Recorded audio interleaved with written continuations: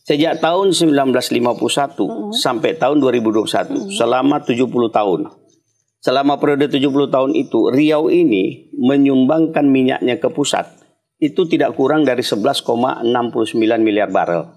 Ditanya pertanyaan besarnya adalah Riau itu di mana? Di Bengkalis. Di Bengkalis. Bengkalis lagi kan? Nah, artinya dengan kita sudah melakukan sekian banyak, apakah pusat itu tidak bisa berkompromi dengan kita? Iya. Hanya untuk memberikan katakanlah anggaran sekitar 7 triliun untuk membuat sebuah jembatan. Jembatan itu diperlukan Pulau Bengkalis. Bengkalis yang selama ini sudah menyumbangkan. Yang terakhir saya katakan alasan logis. Alasan logis ini satu-satunya sekarang transportasi menuju ke Pulau Bengkalis itu melalui Roro. Sementara Roro ini hari-hari besar. Itu terjadi kemacetan panjang. Benar sampai sekali. 10 kilo. Logis rasanya ketika menghadapi situasi seperti itu kita mengharapkan bisa dibangun sebuah jembatan. Iya, kalau ini nanti terwujud dengan panjangnya jembatan yang kurang lebih 6,1 kilo, ini menjadi jembatan terpanjang di Indonesia, mengalahkan jembatan Suramadu. Dengan dia terpanjang di sini, itu sudah menjadi sebuah destinasi wisata tersendiri. Orang akan datang melihat jembatan. Pada saat orang datang melihat jembatan ini, dia tahu di depan itu ada pulau. Di pulau itu ada perkebunan durian terbesar. Nah, ini kan menjadi sebuah objek yang menarik. Inilah yang sebabnya alasan-alasan ini harus bisa kita mukakan sehingga di pusat itu nanti yakin bahwa apa yang kita inginkan ini menjadi sangat logis. Nah, ke depan kita berharap ini bisa kita argumentasikan menjadi lebih baik. Dan ini sudah kita coba lakukan langkah ini dengan Bupati Bengkalis. Kita sudah membuat MOU kemarin. Insya Allah mudah-mudahan ke depan ini bisa menjadi lebih baik. Bisa Bapak jelasin sih apa sih yang membuat Bapak pengen nih punya duri lengkeng ini nih? Jadi ini dulu berawal ketika tahun 2020 awal-awal kami menjabat gubernur dan wakil gubernur Pak Samsuar dengan saya. Pada saat itu kita dilanda COVID. Pada saat COVID itu sampailah keluar sebuah kebijakan karena COVID-nya cukup tinggi. Bagi yang usianya rentan di atas 55 tahun disarankan untuk bekerja dari rumah. Nah, pada saat itu saya tidak ingin kehilangan momentum. Jangan sampai produktivitas kita menjadi hilang.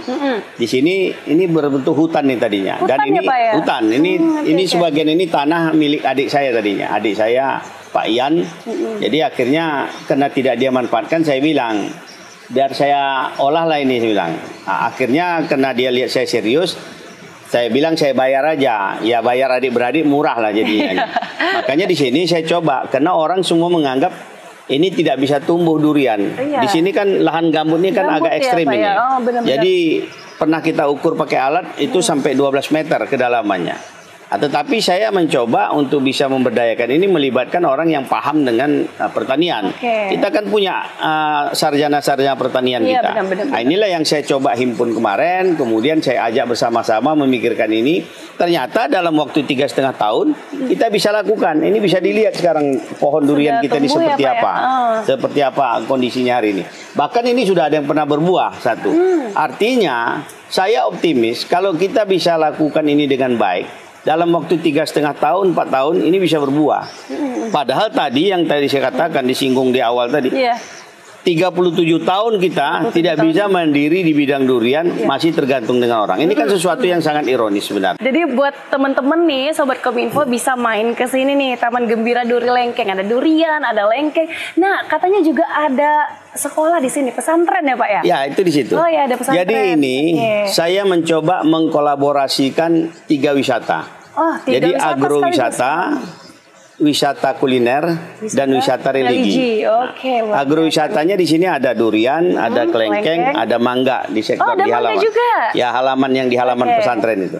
Nah, nanti di sini juga wisata kuliner. Orang bisa duduk santai malam, mendengarkan musik pelan, kemudian juga bisa menikmati kopi, makanan, bisa dilakukan di sini. Nyaman nih tempat ini. Nah, kemudian satu lagi di sini ini saya bercita-cita untuk membangun sebuah pesantren tahfiz Quran. Tahfiz Quran. Kenapa ini saya coba lakukan? Saya berpikir bagaimana ke depan menyiapkan sumber daya manusia yang ada di Riau ini. Ke depan saya mencoba akan membuat pesantren ini dengan latar belakang militer, tetapi dia memiliki kemampuan hafalan Al-Quran. Wah, luar biasa. Jadi setiap tahun nanti kita menerima tidak banyak, hanya 7 anak. 7 anak 7 per anak tahunnya? per tahun. Itu berapa lama tuh Pak? Untuk 3 tahun. 3 Jadi dia tahun, masuk ke sini, dia selevel SMA. Jadi nanti dia nebeng ke SMA mungkin SMA plus. Nah, jadi SMA plus itu dia tercatat sebagai siswa SMA plus. Tetapi pada saat bubar sekolah, yang lain di tempatnya di sana, mereka kita bawa di sini. Jadi di sini ada asrama yang sudah kita desain seperti pendidikan tempat di Akademi Militer sana. Ada tempat belajar mereka, ada tempat dia nginap, tempat dia berdiskusi, tempat dia menuntut ilmu. Di situ juga kita lengkapkan ada 2 pengasuh yang untuk membina dia. Tempat makan dia juga semua kita siapkan. Nah, nanti harapannya tahun kedua tambah lagi 7. Tahun ketiga tambah 6. Jadi ada 20. Dalam 3 tahun itu ada 20 sesuai dengan tempat yang sudah kita siapkan. Nah, pada akhirnya nanti di tahun keempat, yang angkatan pertama yang 7 orang tadi, kita harapkan kita ikutkan tes ikut di Akademi Militer 3 orang. Akademi Angkatan Laut 2 orang, Akademi Angkatan Udara 2 orang, jadi 7. Nah, kalau ini bisa kita lakukan dengan persiapan-persiapan yang baik, karena pada saat dia masuk ke sini pertama, kita sudah cek, ya teskan kesehatannya baik, jasmaninya baik, akademisnya baik, psikologinya baik, dan dia mempunyai hafalan minimal 10 juz Al-Quran. 10 juz. Pada saat dia masuk. Nah, kemudian dalam 3 tahun ke depan, dia menambah hafalan sehingga diharapkan ketika dia tamat SMA itu dia memiliki hafalan 30 juz. Harapan saya setelah dia tamat, dia masuk pendidikan 4 tahun, apakah di Akmil, di AAL, di AAU, kemudian dalam berkarirnya 20-25 tahun ke depan akan lahir jenderal-jenderal baik dari Angkatan Darat, Angkatan Laut, Angkatan Udara yang di dadanya itu ada Al-Quran 30 juz. Nah, inilah harapan saya. Sehingga mimpi ini tidak sulit rasanya kita wujudkan kalau kita bisa mempersiapkan ini dengan baik. Dan saya sudah mencoba membangun komunikasi, melaporkan ini kepada Panglima TNI, kemudian kepada Kepala Staf Angkatan Udara. Insya Allah dalam waktu dekat ada Kepala Staf Angkatan Darat akan datang meresmikan Korem. Saya sudah komunikasi kemarin dengan Dandem, kalau bisa nanti tolong dijadwalkan beliau dengan hadir ke sini. Kita akan berikan penjelasan. Kalau itu bisa terwujud, insya Allah ini satu-satunya di Indonesia. Wah, luar biasa. Nanti kita memiliki tempat pendidikan yang menyiapkan kader-kader untuk disiapkan sebagai calon jenderal ke depannya, tetapi dia sekaligus kita siapkan sebagai calon jenderal yang memiliki hafalan 30 juz Al-Quran. Kalau ini bisa terwujud, insya Allah tidak mustahil suatu saat pimpinan bangsa ini akan lahir dari bumi Melayu Lancang Kuning ini.